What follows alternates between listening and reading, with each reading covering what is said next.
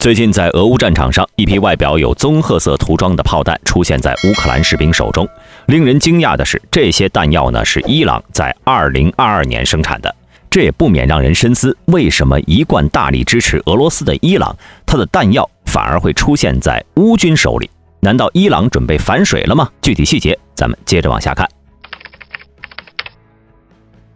在3月6号，乌克兰前线的士兵获得了一批特殊的弹药，他们涂着和北约弹药不同的棕褐色涂装。根据俄罗斯媒体 AVIA 报道，乌军现在在战场上使用的是伊朗制造的 OF-19 高爆榴弹。这种125毫米口径的炮弹可以被乌军装备的大多数坦克发射。根据消息人士透露，乌军大约有2000枚这种炮弹，而且炮弹呢还是2022年制造的，也就是在俄军特别军事行动开始后生产的。但是关于炮弹的提供者却有着不小的谜团。在最初听到伊朗炮弹援助乌克兰的消息的时候，大兵也是十分疑惑，难道伊朗打算反水，转而帮助乌克兰？毕竟此前在伊朗向俄援助小摩托无人机之后呢，该国国境内不少地区就遭到了神秘势力的军事打击。比如在1月29号凌晨，位于伊朗伊斯法罕的一家国防企业突然传出了巨大的爆炸声，伴随着的还有巨大的火球。后来经过伊朗查验后，声明这次爆炸是由3架无人机引起的，其中呢2架无人机被部署在了企业周边的伊朗防空系统击落，另有1架无人机击中了工厂的屋顶，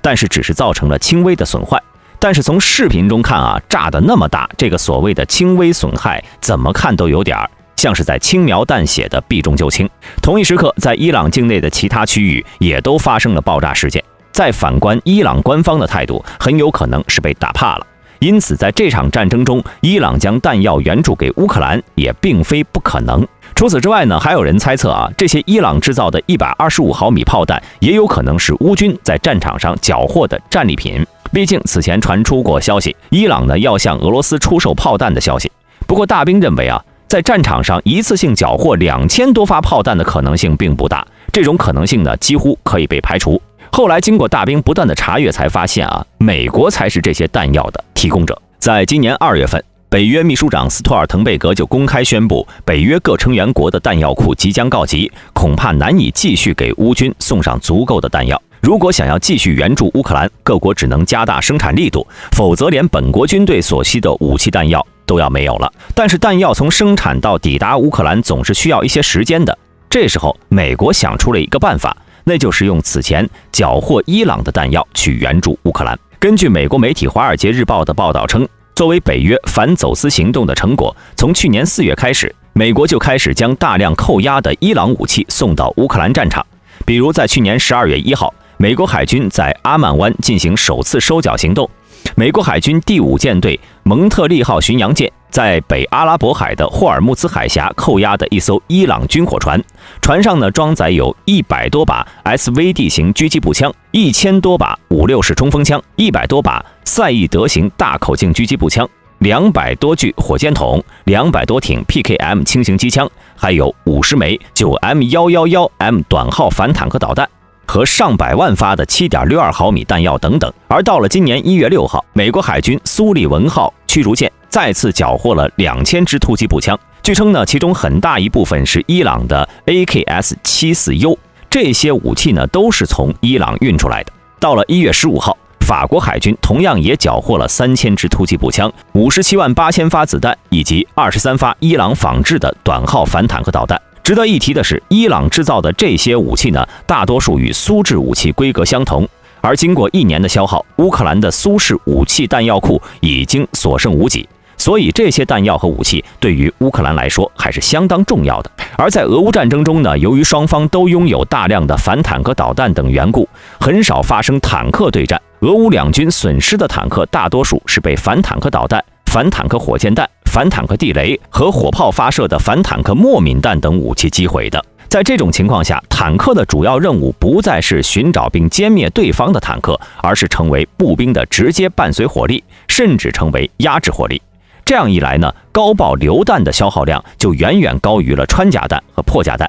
更不用说那些炮射反坦克导弹了。可以说，这批弹药的出现正好解了乌军的燃眉之急。战区网站表示，乌克兰军队目前已经在战场上使用过伊朗制的82毫米、120毫米迫击炮弹、122毫米榴弹炮弹，因此大兵认为是美国将这些伊朗武器移交给了乌克兰。而这次北约扣押的准备移交给乌克兰的武器中呢，最具威慑力的估计就要数伊朗仿制的短号反坦克导弹了。短号反坦克导弹曾在2006年以黎战争中击毁过梅卡瓦坦克，因而名声大噪。而俄军自身呢，并没有装备太多数量的短号反坦克导弹，因为这种导弹的价值不菲啊，制造工序也比较繁琐。值得注意的是，这些伊朗山寨版的短号上面直接标有 9M133 的编号，这正是俄制短号反坦克导弹的编号。不过考虑到伊朗本身的制造能力，这些仿制的短号可能在性能上存在一定的缩水了。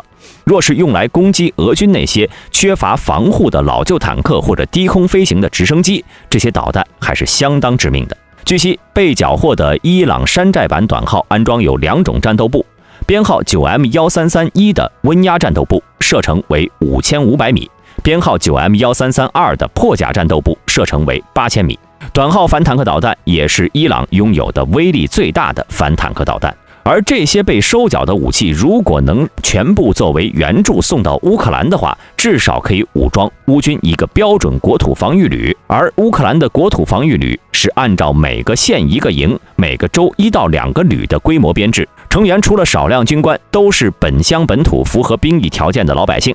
在2022年2月24号战争爆发前呢，乌克兰武装力量一共编成了25个国土防御旅，每个旅下辖4到8个营不等，还有配属的火力连、运输连和修理连等专业技术分队。此外，每个旅还另外加强一个独立摩步营。不过相较于标准的乌军编制，国土防御里的武器呢有些参差不齐了。运气好点的有主战坦克和步兵战车，运气不好的那就只有老旧的 BTR-60 之类的装甲运输车用了。有了此次伊朗的100万发弹药，再加上北约的装甲车，足以让乌克兰国土防御旅的战力再上一个级别。美国的这一举动呢，也将导致伊朗不再敢向胡塞武装提供武器了。因为如果伊朗在此情况下继续提供武器，这些武器很大概率还会被阿曼湾上的北约军队缴获，摇身一变成为了乌克兰的装备，被用来对付俄罗斯。这就导致了一个奇怪的现象啊，那就是俄乌双方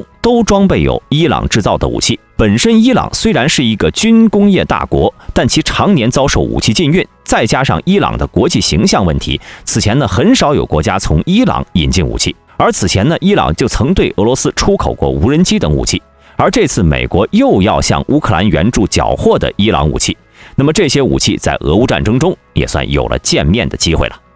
好了，本期视频到这里就结束了。大家对于伊朗弹药事件都有什么看法呢？欢迎在下方的评论区留言。对本频道感兴趣的朋友，请点击下方的订阅按钮。我们下期再见。